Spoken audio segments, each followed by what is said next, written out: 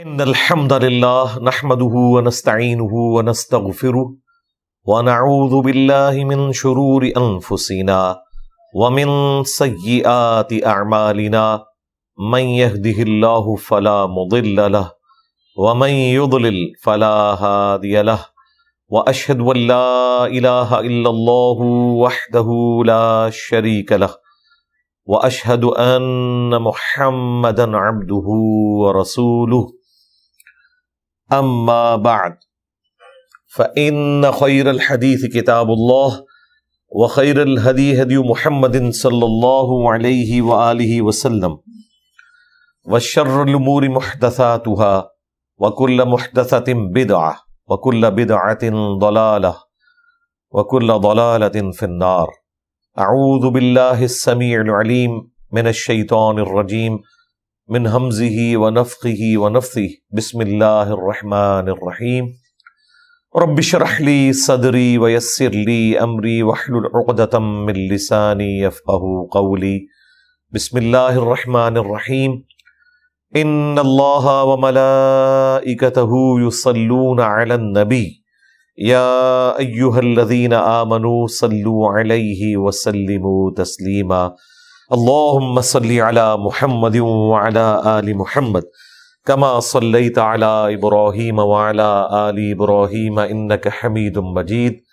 اللهم بارك على محمد وعلى آل محمد كما باركت على إبراهيم وعلى آل إبراهيم إنك حميد مجيد.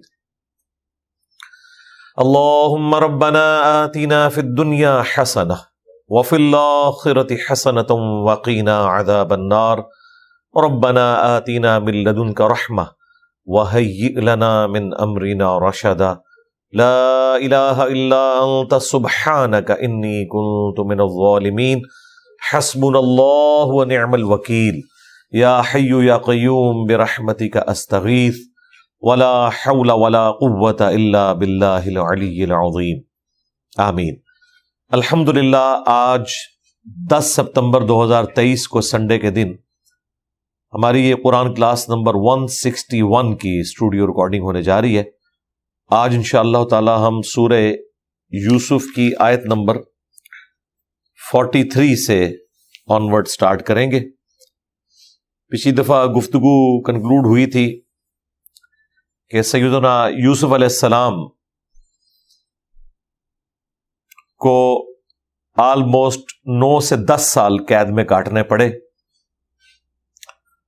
اور اس میں وہ قیدی جس کو انہوں نے بادشاہ کے لیے پیغام دیا تھا اس کو شیطان نے بھلا دیا. پھر اللہ کی حکمت بھی ایسی تھی، اور یوں 10 سال نہ کردہ جرم کی سزا یوسف علیہ السلام کو کاٹنی پڑی.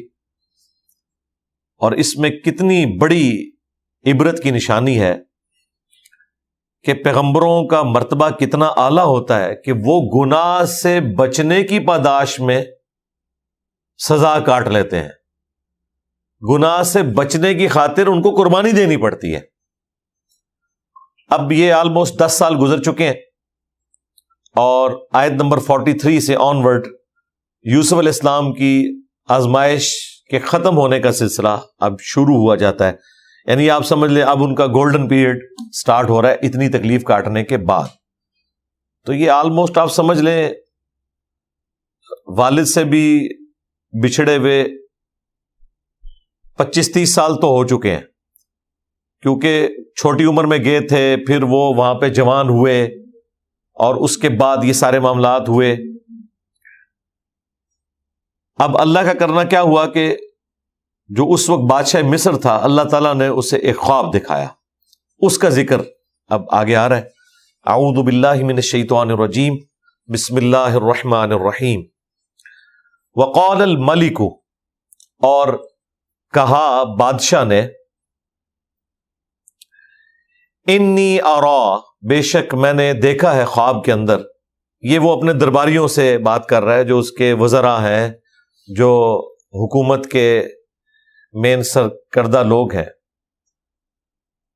انی ارا 7 بقرات سمان یأکلہن 7 عجاف، کہ بے شک میں نے خواب میں دیکھا ہے کہ 7 گائیں ہیں موٹی تازی، جن کو کھا رہی ہیں 7 عجاف، دبلی پتلی کمزور گائے،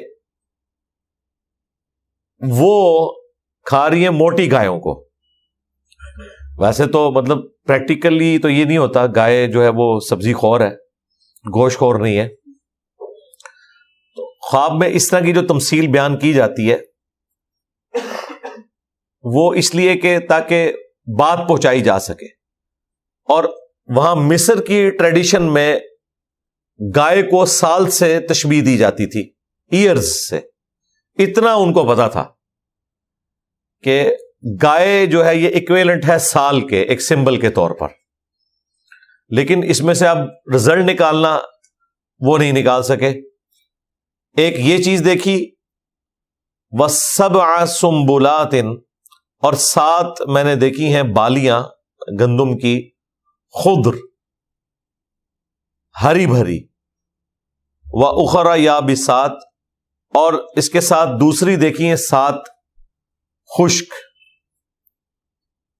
یا ایھا الملأ، اے میرے درباریو، افتونی فی رؤیایا ان کنتم للرؤیا تعبرون، مجھے اپنا پوائنٹ آف ویو دو، فتویٰ دو اس معاملے میں، اپنا اوپینین دو جو میں نے یہ خواب دیکھا ہے، اگر تم خواب کی تعبیر جانتے ہو۔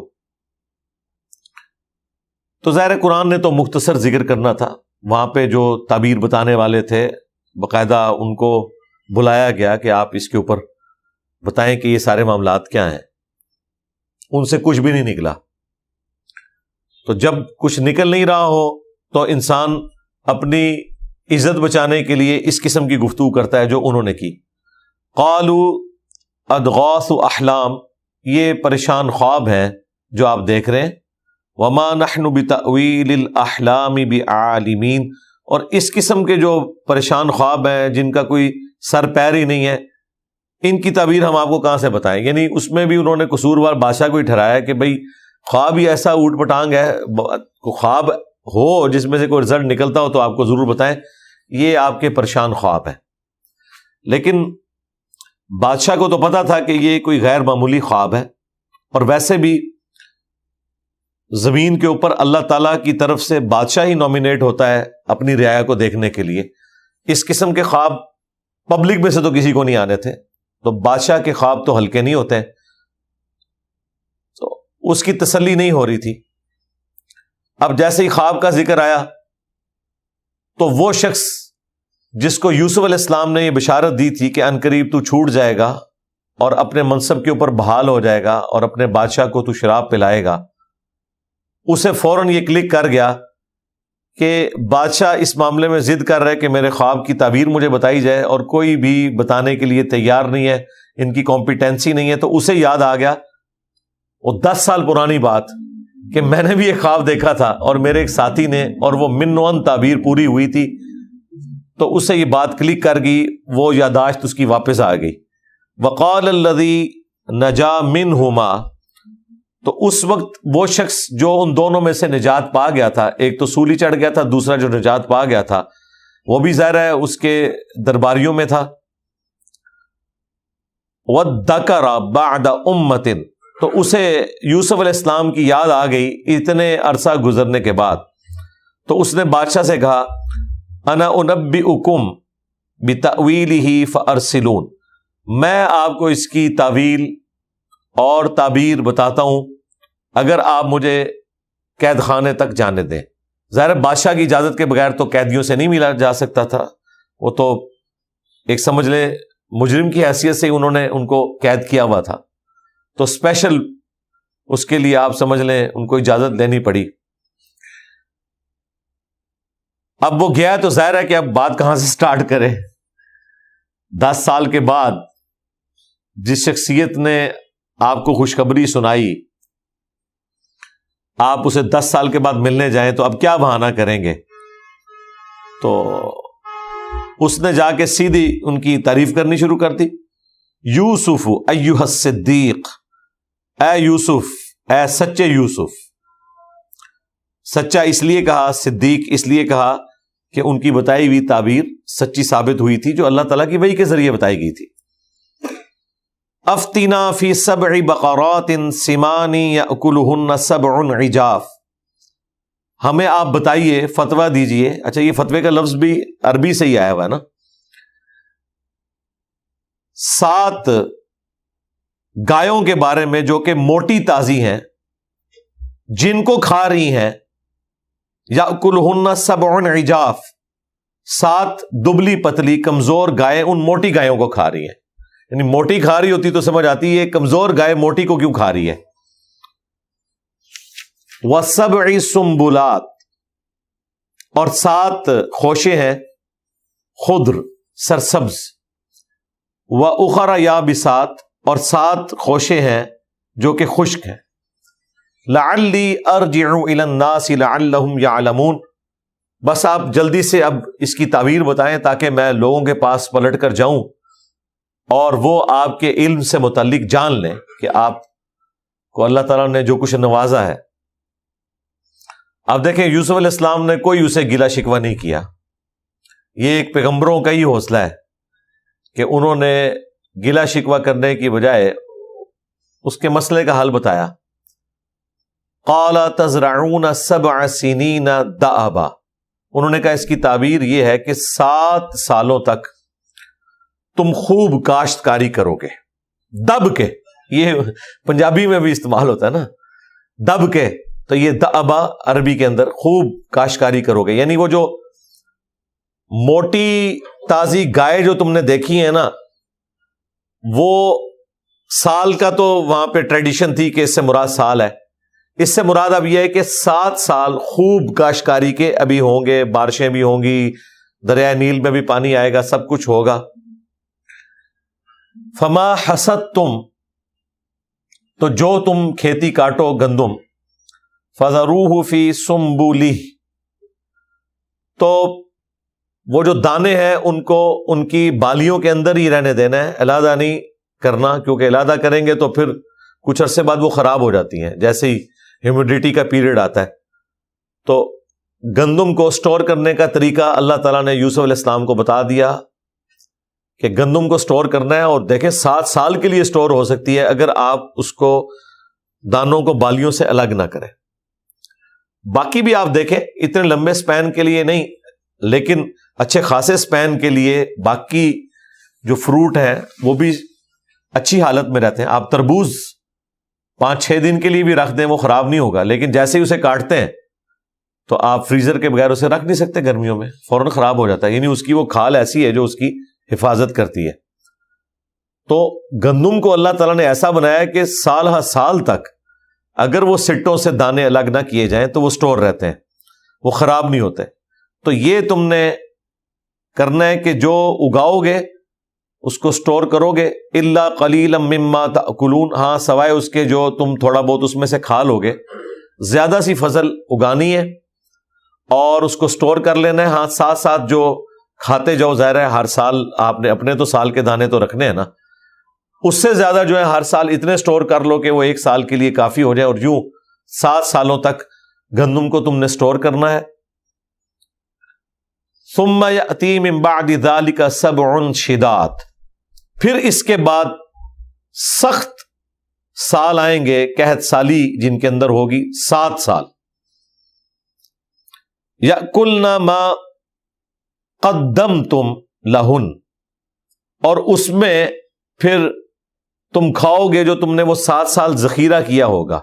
یعنی وہ جو خشک سالی کے سال تھے وہ کمزور گائے تھی جو اس سے پہلے والے خوشحالی کے موٹے تازے جو سال تھے، موٹی تازی گائے، ان کو وہ کھا رہی تھی.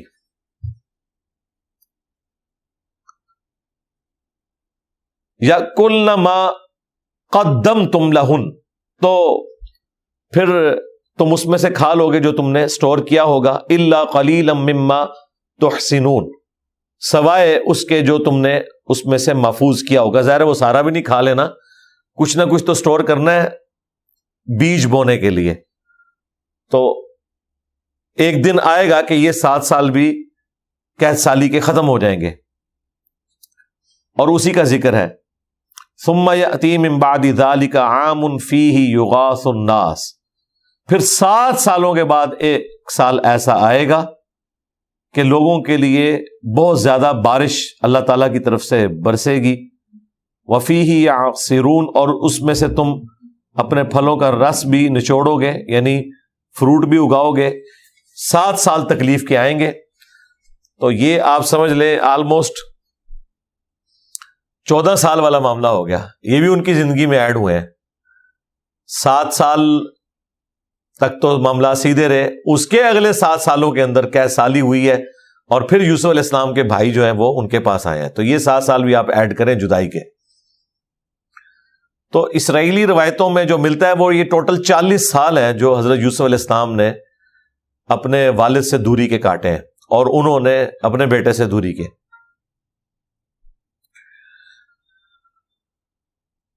اب یہ جب تعبیر جو ہے وہ بادشاہ کے پاس پہنچی تو ظاہر ہے اس کا جو رسپانس تھا وہ یہی ہونا چاہیے تھا، وقال الملک ائتونی بہ، تو اس وقت بادشاہ نے کہا کہ فوراً اس کو میرے پاس لے کے آؤ، یہ تو بڑے کام کا آدمی ہے جس نے یہ تعبیر بتائی ہے۔ فلما جاءہ الرسول، تو پس جب رسول آیا ان کے پاس، رسول یہاں قاصد کے معنوں میں ہے، یہ یعنی وہ اصطلاحی معنوں میں نہیں، لغت کے معنوں میں ہے۔ حضرت یوسف علیہ السلام کے پاس پیغام لے کے پہنچا، تو اب ہونا تو چاہیے تھا کہ یوسف علیہ السلام فوراً کہتے کہ ٹھیک ہے میری رہائی کا پروانہ آ گیا ہے تو میں نکلوں یہاں سے، لیکن یوسف علیہ السلام کی غیرت کس لیول کی تھی، انہوں نے کہا اس طرح نہیں، مجھے باعزت بری کیا جائے، جو میرے اوپر یہ جھوٹا الزام لگا کر میری زندگی کے 10 سال مجھ سے چھینے گئے۔ تو انہوں نے بادشاہ کے قاصد کو بھی واپس کر دیا کہ میں اس رہائی کے اوپر ایگری نہیں ہوں جب تک کہ مجھے کلیئر نہ کیا جائے ان عورتوں کے حوالے سے کہ جنہوں نے مجھے مجبور کیا برائی کے اوپر، برائی کا راستہ تو وہ اختیار کر رہی تھی اور جیل مجھے کاٹنی پڑی۔ اسی کے بارے میں وہ حدیث ہے صحیح بخاری اور مسلم کے اندر کہ نبی علیہ السلام نے فرمایا کہ اللہ تعالیٰ یوسف علیہ السلام کے اوپر رحم کرے، اگر میں ان کی جگہ ہوتا تو بادشاہ کے قاصد کی بات ایکسیپٹ کر لیتا۔ یہ نبی علیہ السلام نے اپنی ایک عاجزی کا اظہار کیا اور یوسف علیہ السلام کی تعریف کی کہ یوسف علیہ السلام اس قدر غیرت مند تھے کہ جو ان کا جائز حق تھا اس کو بھی لینے سے انکار کر دیا تا وقت کہ انہیں اس مقدمے میں کلیئر نہ کیا جائے۔ تو یہ بہت بڑے تعریفی کلمات ہیں نبی علیہ السلام کے یوسف علیہ السلام کے بارے میں۔ تو جب وہ قاصد آیا تو انہوں نے کہا کہ قال ارجع الی ربک، انہوں نے کہا واپس جاؤ اپنے رب کے پاس۔ یہ دیکھ لیں، یہ ربک کا ورڈ پھر آیا ہے بادشاہ کے لیے، یعنی رب کا لفظ بادشاہ کے لیے بھی استعمال ہو سکتا ہے عربی زبان کے اندر، یہ جائز ہے۔ فَاسْأَلْهُ مَا بَالُ النِّسْوَةِ اللَّاتِي قَطَّعْنَ أَيْدِيَهُنَّ، اور بادشاہ سے کہو کہ وہ پوچھے ان عورتوں سے کہ جنہوں نے اپنے ہاتھ کاٹ لیے تھے وہ واقعہ کیا تھا، اور اس کے اگینسٹ میرے ساتھ جو ظلم ہوا یہ سارے کا سارا مقدمہ کلیئر کیا جائے۔ ان ربی بکیدہن علیم، اور بے شک میرا پروردگار ان عورتوں کے مکر سے خوب واقف ہے۔ تو اب ظاہر بادشاہ نے بلوا لیا ان عورتوں کو۔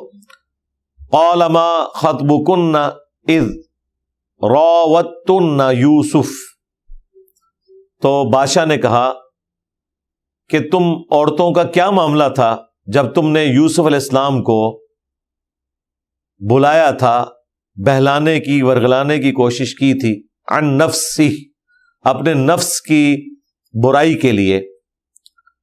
قلنا حاشا للہ، انہوں نے کہا کہ اللہ کی قسم، ما علمنا علیہ من سوء، ہمارے علم میں کوئی برائی والی بات نہیں ہے یوسف علیہ السلام کے کیس میں کہ ان کے اندر کوئی برائی کا ارادہ ہو، مراد یہ کہ یہ ساری غلطی ہماری تھی، ہم نے اس میں کوئی برائی والی بات نہیں دیکھی۔ اصل جو بیچ میں کلپرٹ تھی جو مین آپ سمجھ لیں کرتی دھرتی تھی، وہ عزیز مصر کی بیوی تھی جو بادشاہ کا سب سے بڑا وزیر تھا، اس کی بیوی۔ قالت امرأۃ العزیز، تو کہا عزیز مصر کی عورت نے، اس کا نام جو ہے وہ تورات کے اندر زلیخا آیا، قرآن میں اس کا نام رپورٹ نہیں ہوا، اور پھر اسرائیلی روایتوں میں یہ بھی مشہور ہو گیا کہ بعد میں اللہ تعالیٰ نے اس کو جوان کر دیا اور یوسف علیہ السلام کی شادی بھی ہوگی، اور وہی انہوں نے اس فلم میں بھی فلمایا ہوا ہے۔ یہ بالکل جعلی بات ہے، اس کی کوئی اصل نہیں ہے۔ یہ بہت بڑا واقعہ تھا، بہت بڑا معجزہ تھا، وہ تو قرآن میں رپورٹ ہونا چاہیے تھا۔ اگر باقی معجزات رپورٹ ہوئے ہیں کہ اللہ تعالیٰ نے انہیں معجزانہ طور پر اس عورت کی برائی سے بچا لیا، تو یہ تو اس سے بڑی بات تھی کہ اس عورت کو اس قسم کا سکینڈل چلا کے اللہ تعالیٰ نے یہ انعام دیا توبہ کرنے کے سبب۔ تو ایسی کوئی بات رپورٹ نہیں ہوئی ہے، یہ کہانی ہے۔ تو عزیز مصر کی عورت نے وہاں پہ کہا الآن، اب چونکہ یہ معاملہ اس وقت حس الحق، حق آشکار ہو چکا ہے، ظاہر ہے باقی عورتوں نے بھی کہہ دیا، تو یہ اکیلی تو کوئی پوائنٹ آف ویو اڈاپٹ ہی نہیں کر سکتی تھی، ورنہ انہوں نے اسے جھوٹا کہنا تھا۔ اس نے جب دیکھا کہ واقعی اب معاملہ چونکہ میری برائی کا کھل چکا ہے، تو میں بھی اب آشکار کر دیتی ہوں اس معاملے میں۔ انا راودتہ عن نفسی، یہ میں ہی تھی جس نے اسے بہلانے پھسلانے کی کوشش کی تھی اپنے مطلب کی خاطر۔ وَإِنَّهُ لَمِنَ الصَّادِقِينَ، اور بے شک وہ تو ضرور سچوں میں ہے، یعنی یوسف علیہ السلام اپنے مقدمے میں سچے ہیں، میں ہی جھوٹی تھی، اور سزا یوسف علیہ السلام کو کاٹنی پڑی۔ اب یوسف علیہ السلام کی عاجزی دیکھیں، یہ سب کچھ ہونے کے بعد بھی انہوں نے کوئی نعرے نہیں لگائے، کوئی اپنی شرافت کا اس طریقے سے اعلان بلند آواز سے نہیں کیا، بلکہ جب کامیابی انہیں ملی تو انہوں نے اپنی عاجزی کا اظہار کیا اپنے رب کے سامنے، کیونکہ وہ گاڈ اورینٹڈ تھے، اللہ کو پہچانتے تھے کہ یہ سب کچھ فضل اور کرم اور رحمت یہ اللہ کی طرف سے مجھ پہ ہوئی ہے۔ تو انہوں نے عاجزی کا اظہار کیا، انہوں نے عاجزی کا اظہار کیا، اور اللہ تعالیٰ نے اسے دیکھیں بغیر کسی ورڈنگ کے جو یوسف علیہ السلام کی طرف منسوب ہو، بائی نیم ڈائریکٹلی بیان کیا ہے، ورنہ یہاں تو الفاظ ہونے چاہیے تھے قال یوسف، یوسف نے آگے سے یہ کہا، یہاں اللہ تعالیٰ نے یوسف علیہ السلام کو بھی اسکپ کر دیا اور ڈائریکٹ اپنی طرف سے یوسف علیہ السلام کا کلام نقل کیا۔ یوسف علیہ السلام کی عزت افزائی ہوئی ہے۔ ذالک لیعلم انی لم اخنہ بالغیب، یوسف علیہ السلام نے کہا یہ میں نے اس لیے سارے کا سارا معاملہ کیا کہ ان عورتوں کا مقدمہ ابھی کلیئر کیا بادشاہ کے دربار میں، تاکہ جان لے وہ کون جو عزیز مصر تھا جس نے میری پرورش کی، اس نے میرے اوپر اتنا احسان کیا کہ میں نے اس کی غیر موجودگی میں اس کے ساتھ خیانت نہیں کی، اس کی بیوی کے ساتھ کوئی ایسا معاملہ میں نے نہیں کیا۔ وَأَنَّ اللَّهَ لَا يَهْدِي كَيْدَ الْخَائِنِينَ، اور یقیناً اللہ تعالیٰ خیانت کرنے والوں کو کبھی بھی کامیاب نہیں ہونے دیتا، انہیں کبھی بھی ہدایت نہیں دیتا۔ کمال کے الفاظ ہیں یوسف علیہ السلام کے، ابھی آگے چل رہے ہیں کہ خیانت چاہے مخلوق کے ساتھ بھی ہو، اللہ تعالیٰ انسان سے ہدایت چھین لیتا ہے۔ صرف اللہ تعالیٰ کے ساتھ آپ نے کمٹمنٹ شو نہیں کرنی، بلکہ آپ جس شعبے میں ہیں آپ نے اپنی کمٹمنٹ شو کرنی ہے۔ بخاری اور مسلم دونوں میں حدیث ہے، تم میں سے ہر شخص نگہبان ہے اور اس سے اس کی رعیت کے بارے میں پوچھا جائے گا۔ پھر نبی علیہ السلام نے فرمایا کہ ایک حکمران اپنی رعایا کے اوپر نگہبان ہے، اس سے پوچھا جائے گا۔ ایک خاوند اپنی بیوی اور بچوں کے اوپر نگہبان ہے، ان کے بارے میں اس خاوند سے پوچھا جائے گا۔ اور ایک بیوی اپنے خاوند کے مال اور اولاد کے اوپر نگہبان ہے، اس معاملے میں اس خاوند کی بیوی سے بھی پوچھا جائے گا۔ یہاں پر پارہ نمبر 12 مکمل ہوا، اور پارہ نمبر 13 کا آغاز ہی یوسف علیہ السلام کے ان مشہور زمانہ جملوں سے ہو رہا ہے، جو میرا خیال ہے ہر انسان کو دقت نظر سے ان کے اوپر غور کرنا چاہیے کہ اگر پیغمبر اپنے بارے میں یہ بات کر رہا ہے تو باقی تو شاہی کوئی نہیں، سیدھی سی بات ہے۔ وما ابرئ نفسی، اور میں اپنے نفس کو بری نہیں سمجھتا، یعنی میرا یہ دعویٰ نہیں ہے کہ میں بہت پاک باز ہوں، حالانکہ پاک باز تھے، کوئی گناہ نہیں کیا ہوا تھا، لیکن وہ بیسیکلی اپنے نفس کے اوپر جو ان کا کنٹرول تھا اللہ تعالیٰ کے خوف کی وجہ سے، اس کی رحمت کی وجہ سے، وہ گاڈ اورینٹڈ اپنے معاملے کو کر رہے تھے. اور یہی ہمیں بھی سکھایا گیا ہے کہ ہم نے ہر معاملے میں گاڈ اورینٹڈ ہونا ہے. نبی الاسلام نے ایک دفعہ انشاءاللہ نہیں کہا، کتنے دن تک وہی نازل نہیں ہوئی. پھر سورۃ الکہف میں آیت نازل ہوئی کہ اے نبی کبھی بھی ایسا نہ ہو کہ آپ کسی معاملے میں یہ کہیں کہ کل یہ میں کام کروں گا اور انشاءاللہ کہنا آپ بھول جائیں. یہ نہیں ہونا چاہیے. اسی طریقے سے کوئی اچھی چیز دیکھ کر ماشاء اللہ کہنا، سبحان اللہ کہنا، الحمدللہ کہنا، لا حول ولا قوت الا باللہ کہنا، یہ اللہ تعالیٰ کے پیغمبروں اور نیک بندوں کی نشانی ہے کہ ہر معاملے میں اللہ تعالیٰ کی طرف خوبی کو منسوب کرتے ہیں اور ہر برائی کو اپنے نفس کی طرف منسوب کرتے ہیں. وما ابرئ نفسی، اور میں اپنے نفس کو قطعاً نہیں کہتا کہ وہ کسی اعتبار سے بری الذمہ ہو سکتا ہے. ان النفس لامارۃ بالسوء، بے شک نفس تو ہمیشہ برائی کی طرف مائل کرتا ہے. الا ما رحم ربی، بے شک سوائے اس کے کہ جس پر میرا رب رحم فرمائے، اس کے سوا کوئی رحم فرمانے والا نہیں ہے. جب تک وہ رحم نہ فرمائے کوئی بھی اپنے نفس کی برائی سے بچ نہیں سکتا. ان ربی غفور الرحیم، بے شک میرا رب بخشنے والا اور رحم فرمانے والا ہے. یہ آگے جی وہ نفس امارہ جو اکثر آپ دعاؤں میں بھی سنتے ہیں کہ اللہ تعالیٰ نفس امارہ کی برائیوں سے ہمیں محفوظ رکھے. نفس امارہ، نفس لوامہ اور نفس مطمئنہ، یہ تین نفوس کا ذکر قرآن میں ہے. اور اکثر صوفیاء کہ ہاں نا یہ بحثیں ہو رہی ہوتی ہیں، بتائیں جی نفس کی کتنی اقسام ہے، اور پھر وہ قرآن پاک سے یہ چیزیں اٹھاتے ہیں. نفس ایک ہی ہے، اس کی یہ تین حالتیں ہیں.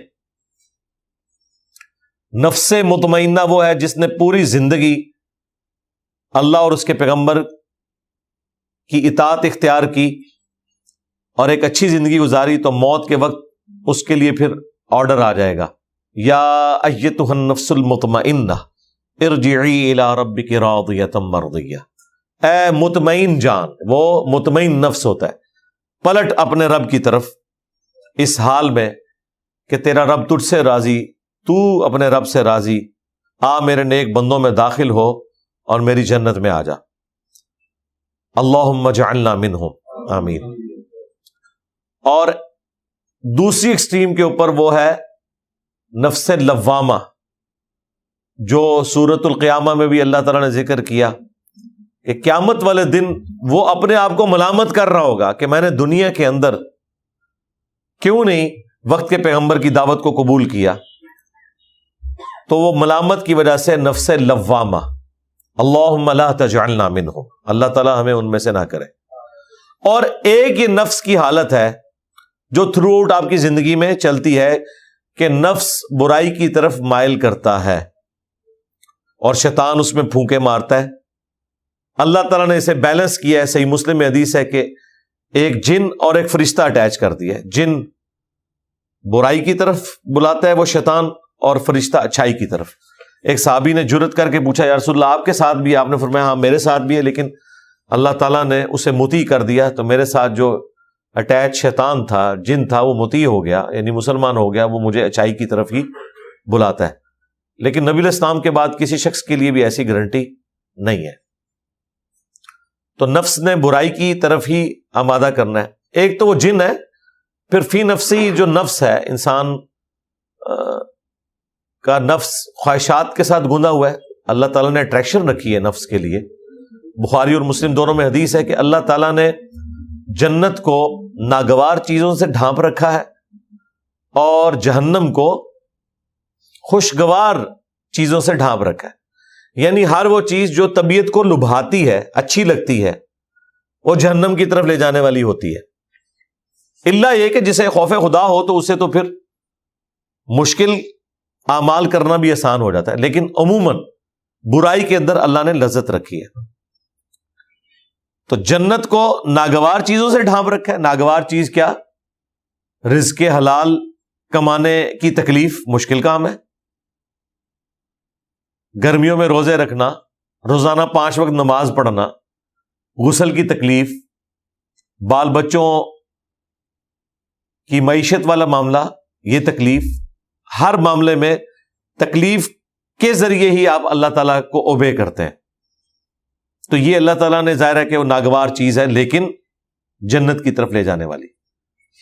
اور ہر برائی کا کام جو خوشگوار نظر آتا ہے وہ جہنم کی طرف لے جانے والا ہے، کیونکہ اللہ تعالیٰ نے جہنم کو شہوات کے ساتھ ڈھانپ دیا ہوا ہے.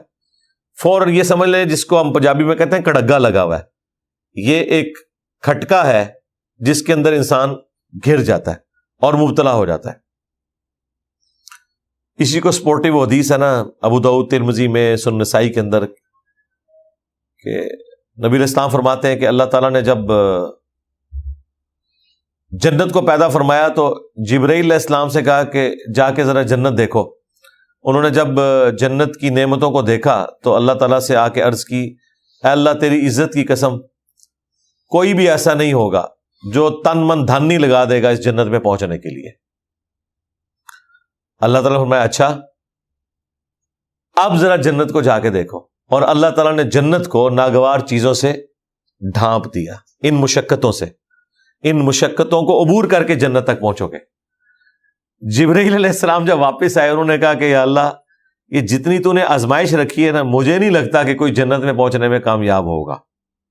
یہ جبرائیل علیہ السلام یعنی فرشتوں کے سردار اور فرشتوں کے پیغمبر، یہ ان کا فتویٰ ہے. اس کا مطلب ہے کوئی ہلکا معاملہ نہیں ہے. پھر اللہ تعالیٰ نے کہا کہ جاؤ جہنم کو دیکھو. جہنم کو دیکھا، اس کے عذابات کو دیکھا، تو جبرائیل علیہ السلام نے کہا کہ یا اللہ تیری عزت کی قسم، مجھے نہیں لگتا کہ کوئی شخص بھی کوئی ایسا عمل کرے کہ وہ اس عذاب میں جانے کے لیے تیار ہو. پھر اللہ تعالیٰ نے جہنم کو شہوات سے، خوشگوار چیزوں سے ڈھانپ دیا اور جبرائیل علیہ السلام سے کہا کہ اب ذرا جائیں نا. اب جب جبرائیل علیہ السلام گئے اور واپس آئے تو اللہ تعالیٰ نے فرمایا ہاں اب سنا. انہوں نے کہا یا اللہ مجھے نہیں لگتا کوئی بھی شخص جہنم میں جانے سے بچ سکے گا، جتنا اٹریکٹ فل تو نے جنت کو بنا دیا. اب دیکھیں یہ جہنم جو اللہ تعالیٰ نے اتنی اٹریکٹ فل بنائی ہے، دنیا میں وہ چیزیں حرام کر دی ہوئی ہیں، لیکن آخرت میں جنت میں پہنچ کے وہی چیزیں انعام بھی ہیں جن سے دنیا میں روکا گیا تھا. وہی چیزیں انلمیٹڈ انعام کی شکل میں.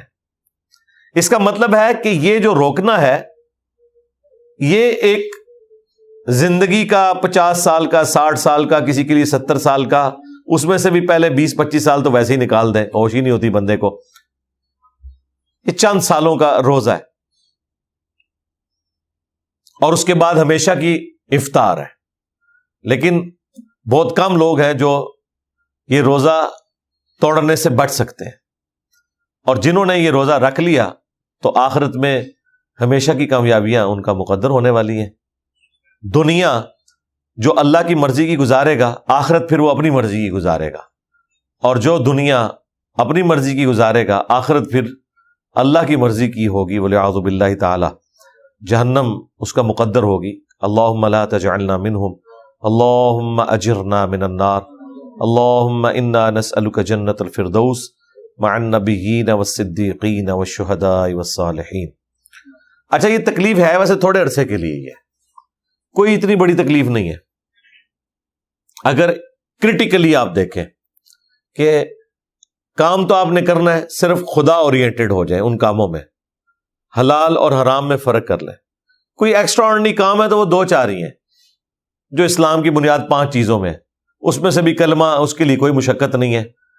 اس کے بعد نماز ہے، پھر زکوٰۃ ہے، رمضان کے روزے ہیں، اور استطاعت ہو تو اللہ کی راہ میں حج. بس یہ 4 ہی چیزیں ہیں.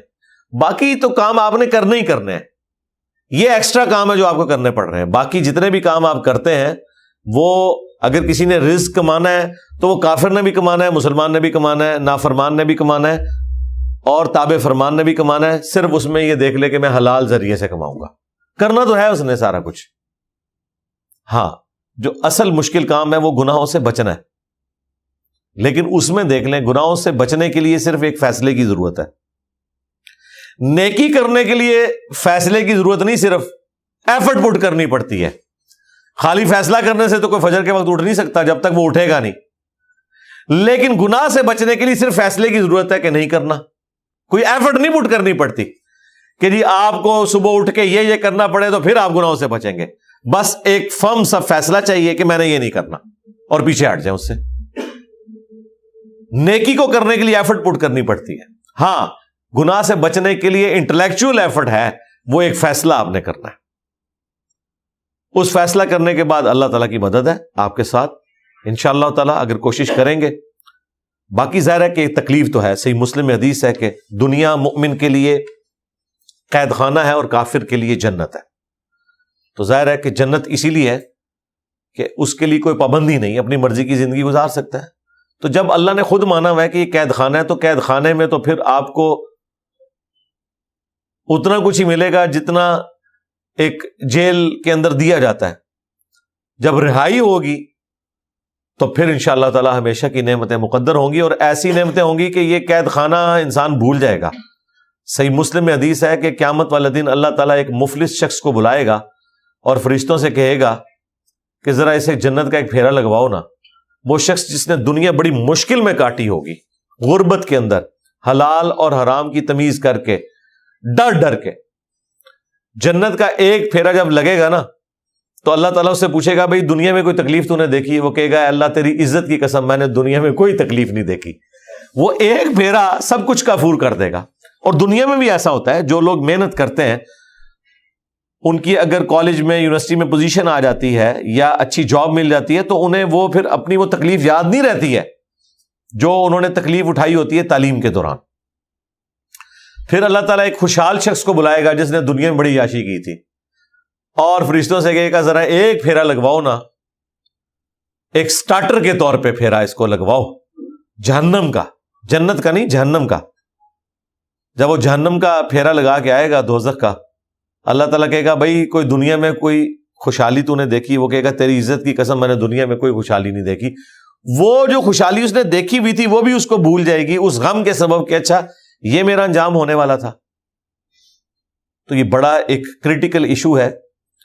اس حوالے سے یوسف علیہ السلام کے یہ الفاظ کہ بے شک نفس تو برائی کی طرف آمادہ کرتا ہے سوائے اس کے کہ جس پہ میرا رب رحم کرے, اور بے شک میرا رب بخشنے والا مہربان ہے. تو ہمیں اللہ تعالیٰ سے دعا کرتے رہنا چاہیے. جو میں نے پچھلی دفعہ بھی عرض کیا تھا, المستدرک للحاکم میں صحیح سند سے یہ حدیث موجود ہے.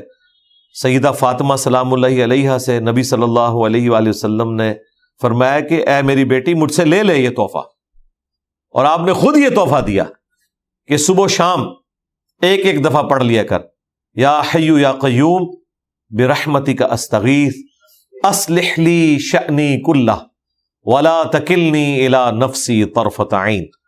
اے خود سے زندہ, ہر چیز کو تھامنے والے, ہر چیز کو قائم رکھنے والے, اصلح لی شأنی کلہ, میرے تمام جو معاملات ہیں کام ہیں ان کی اصلاح فرما دے.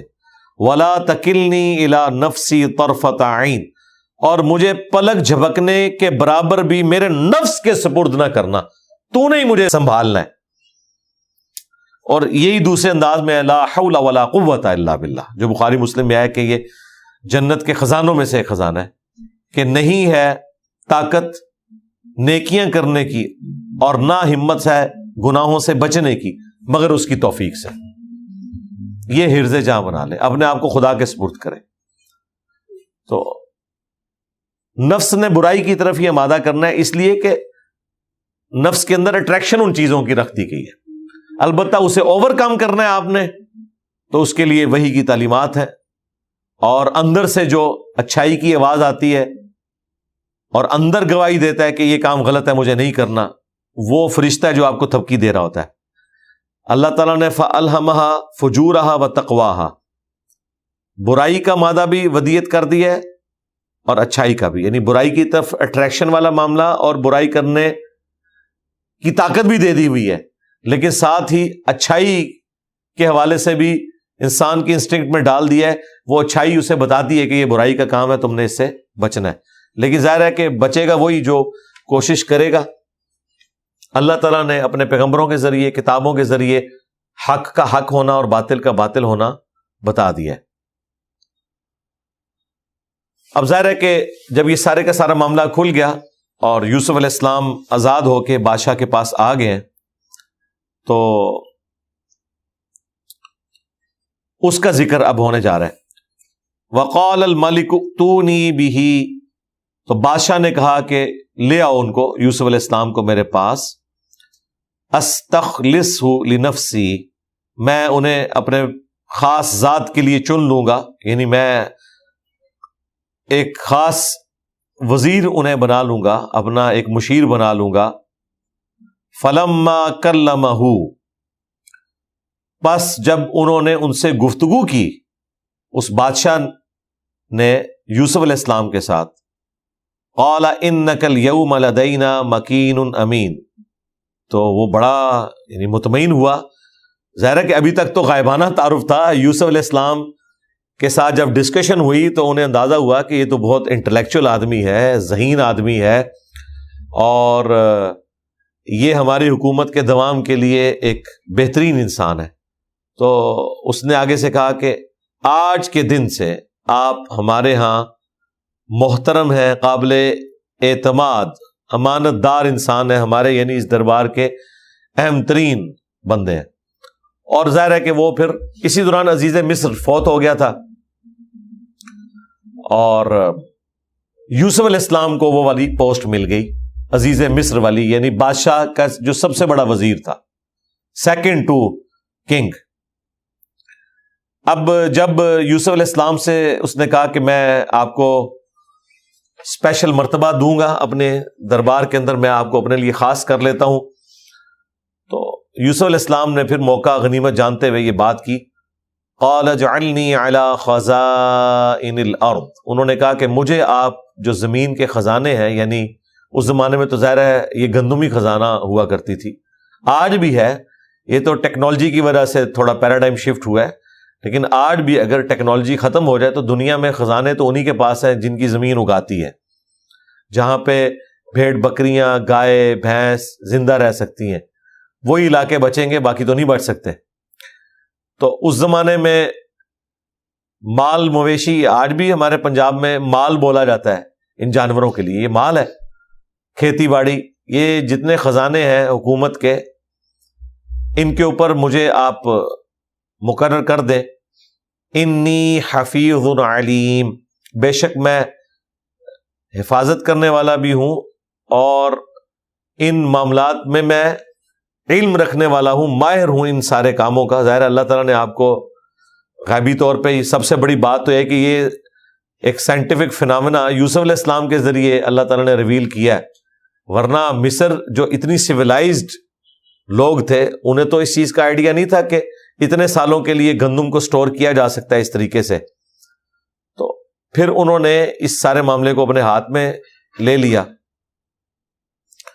پھر انہوں نے اس فلم کے اندر جو فلمایا ہے اس میں تو پھر یہ ایک ظاہر پورا پراپر ایک سلسلہ تھا، انہوں نے باقاعدہ گودام بنوائے اور پھر پوری مصر کی سلطنت کو ایجوکیٹ کیا کہ آپ نے یہ جو اب 7 سال ہیں ان میں خوب بارشیں ہوں گی، خوب فصلیں اگانی ہیں، اور وہ فصلیں پہلے سے زیادہ ہو رہی تھی، اور ان کو اس طریقے سے سٹور کر کے رکھنا ہے اور دانوں کو الگ نہیں کرنا ورنہ ضائع ہو جائے گی۔ یہ نہ ہو کہ دانے نکالو اور کہیں کہ ہم بیچیں گے، یہ کام نہیں کرنا، سٹوں میں رہنے دینا ہے، اور پھر اس طریقے سے یہ سارے معاملات چلیں گے 7 سال تک، خوشحالی کے سال، اور پھر 7 سال آگے جو ہے وہ آئیں گے قحط سالی کے۔ تو اس کے لیے پورا ایک پلان کرنا تھا، وہ سارے کے سارے معاملات انہوں نے پھر باقاعدہ اس ایران والوں نے فلم میں، اس ڈرامے سیریل کے اندر پورے فلمائی ہے ایک ایک چیز، اور واقعی ظاہر ہے اتنا آسان کام تو نہیں ہوا ہوگا، 7 سال یہ سارے کے ساری پلاننگ اور سارے معاملات، یعنی آپ سمجھ لیں وہاں کے وزیر خزانہ بھی بن گئے اور معیشت کے وزیر بھی بن گئے، عزیز مصر بھی بن گئے یوسف علیہ السلام۔ اب اللہ تعالیٰ فرماتا ہے وَكَذَلِكَ مَكَّنَّا لِيُوسُفَ فِي الْأَرْضِ، اور یوں ہم نے یوسف علیہ السلام کو زمین میں اقتدار دے دیا. ظاہر ہے کہ بادشاہ کے بعد سیکنڈ پوسٹ ہے تو سارا کچھ اختیار اس کے پاس آ جانا تھا. یتبوأ منہا حیث یشاء، وہ جہاں چاہے وہ رہ سکتے تھے زمین میں. نصیب برحمتنا من نشاء، اور ہم اپنی رحمت سے عطا فرماتے ہیں جسے چاہتے ہیں. ولا نضیع اجر المحسنین، اور ہم نیکوکاروں کا اجر کبھی بھی ضائع نہیں ہونے دیتے. لیکن سرکار یہ اس اجر تک پہنچنے کے لیے اتنی مشقت بھی ان کو کاٹنی پڑی ہے، اتنی تکلیف بھی. اپنے باپ کی جدائی اور پھر 10 سال کی قید اور یہ تکلیف جو الزامات کے، اس کے بعد اللہ تعالیٰ نے کہا کہ ہم نے وہ اجر ضائع نہیں کیا. وَلَأَجْرُ الْآخِرَةِ خَيْرٌ لِّلَّذِينَ آمَنُوا، اور جو آخرت کا اجر ہے وہ تو سب سے بہتر ہے ان لوگوں کے لیے جو ایمان لانے والے ہیں. وَكَانُوا يَتَّقُونَ، اور اپنے رب سے ڈرنے والے ہیں، تقوی کی روش اختیار کرنے والے ہیں.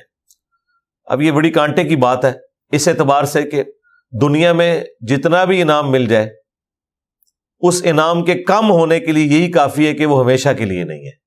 اس کے بعد یوسف علیہ السلام کتنے عرصہ زندہ رہے ہوں گے؟ اگر اوورآل ان کی زندگی کا سپین دیکھیں تو 40 سال کی جو جدائی ہے اس کے بعد 40 سال کا وہ والا انعام تو نہیں ملا ہوگا. تو اللہ تعالیٰ نے فرمایا کہ آخرت کا جو اجر ہے وہ تو ابھی باقی ہے، جو بہتر ہے اور نہ ختم ہونے والا بھی ہے. اس میں ہمارے لیے بھی تسلی ہے کہ دنیا میں اگر کسی کو نیکوکاری کا بدلہ نہ ملے، یہ نہ ہو کہ ہر شخص یہ کہے کہ میں نے جیل کاٹی ہے تو اب مجھے بھی کوئی پرائم منسٹر کا عہدہ مل جائے یا میں بھی کوئی کونسلر یا وزیر اعلیٰ بن جاؤں. تو نہیں، اللہ تعالیٰ نے فرمایا کہ آخرت کا اجر جو ہے وہ تو اصل اجر وہ ہے جو باقی ہے، وہ یوسف علیہ السلام کو بھی ملنا ہے، آپ کو بھی ملنا ہے ایفرٹ پٹ کرنے سے. اب ظاہر ہے کہ پوری اس سرزمین میں قحط پھیل چکا ہے، شام تک یہ قحط والا معاملہ ہے. اور شام میں جب قحط پھیل گیا تو اسی دوران ہر جگہ خبریں تو پہنچ گئیں کہ بھئی مصر جو ہے وہ ایک سویلائزڈ جگہ ہے. جس طرح یہاں پہ بھی لوگوں کو جب کوئی مسئلہ ہوتا ہے تو یورپین ملکوں کی طرف اور امریکہ کی طرف سفر اختیار کرتے ہیں. آج بھی آپ دیکھ لیں کہ امریکہ جو ہے وہ ہزاروں لاکھوں ٹن گندم پیسیفک اوشن میں ضائع کر دیتا ہے جو فالتو پیدا ہوتی ہے. اتنی وہ محنت کرتے ہیں، گندم بھی اگا رہے ہیں. اور تو اور چھوڑ دیں، سعودی عرب گندم ایکسپورٹ کرنے والا ملک بن گیا ہے. ٹھیک ہے، اور ہماری حالت یہ ہے کہ ہماری زمین اگانے والی تھی، سونے کی چڑیا تھی یہ جگہ، انڈیا، پاکستان، بنگلہ دیش. یہ ایمی تو ایسٹ انڈیا کمپنی یہاں نہیں آئی تھی، انہیں پتا تھا یہاں زمین اگاتی ہے، اور یہ تو سدا بہار ملک ہے. اور یہی وجہ ہے کہ دنیا کی اتنی زیادہ آبادی اس طرف ہے. یہ دنیا ایسے ہو جائے اگر امبیلنس ہو جتنی دنیا یہاں پہ آباد ہے، کیونکہ صدیوں سے لوگوں نے لرن کیا ہے. یورپ میں کس نے جا کے رہنا تھا؟ یورپ آج جو کھا رہا ہے وہ اپنی ٹیکنالوجی کا کھا رہا ہے. وہاں تو اس طرح کی صورتحال نہیں کہ زمین اگاتی ہو، نہ موسم وہ فیوریبل ہے کہ وہاں پہ وہ اگا کے اپنا کھا سکے. کوئی جو کچھ بھی کر لے، بہرحال کھانا تو اس نے زمین کی اجناس میں سے ہی ہے نا، جو انسان کی ضرورت ہے. انسان نے آئی فون تو نہیں کھانا، سامسنگ کا فون تو نہیں کھانا، لیکن وہ دیکھیں اتنا سا ٹیلی فون آپ کو بیچتے ہیں، سیل فون بیچتے ہیں، اور اس کے اگینسٹ وہ 1 سال کی نہیں کئی سالوں کی گندم آپ سے لے لیتے ہیں. ٹیکنالوجی کا وہ کھا رہے. تو بہرحال یہ اس علاقے کی خوبی ہے کہ یہاں پہ زمین اگاتی ہے. تو اس زمانے میں مصر کو ایڈوانٹیج تھا دریائے نیل کا، اور دنیا میں ایک سویلائزڈ ایک وہ نیشن بھی تھی. اس حوالے سے دور دور تک یہ خبر تو پہنچ چکی تھی کہ انہوں نے کوئی ایسا بندوبست کیا ہوا ہے، یا یہ خبر نہ بھی پہنچی ہو تب بھی اس حوالے سے تو پتا تھا کہ وہاں جانے سے کوئی نہ کوئی معاملہ حل ہو جائے گا. ان کے پاس تو اور کوئی چارہ نہیں تھا. تو اگر بھوکے ہی مرنا ہے تو تھوڑی ایفرٹ کر کے مرے. تو یوسف علیہ السلام کے بھائی شام سے مصر کا سفر اختیار کرتے ہیں اپنے والد کی اجازت سے، اور انہیں بالکل نہیں پتا کہ اس وقت مصر کا حاکم ہمارا اپنا بھائی ہے جس کے ساتھ ہم نے یہ ظلم کیا تھا. ورنہ تو شاید وہ وہاں سے نکلتے بھی نہ کہ شاید ہمیں وہ سزا نہ دے. اب اللہ تعالیٰ نے یہاں سے روئے سخن اس کی طرف موڑ دیا ہے کہ وہ بھائی نکل پڑے ہیں گندم کی تلاش میں. کوئی نگاہ مار کے انہوں نے گندم نہیں اگائی ہے, کوئی معجزہ ظاہر نہیں ہوا, دنیا کو اللہ نے بقدر ایفرٹ رکھا ہوا ہے. چند دانوں کی محتاجی ہے ہر انسان کو, خواہ وہ پیغمبر ہو یا پیغمبر کی اولاد ہو. جو سورۃ المائدہ میں آیا کہ عیسیٰ ان کی ماں کھانا کھانے کے محتاج تھے. تو انسان کے ساتھ تو یہ کمزوری اللہ تعالیٰ نے جوڑ دی ہوئی ہے.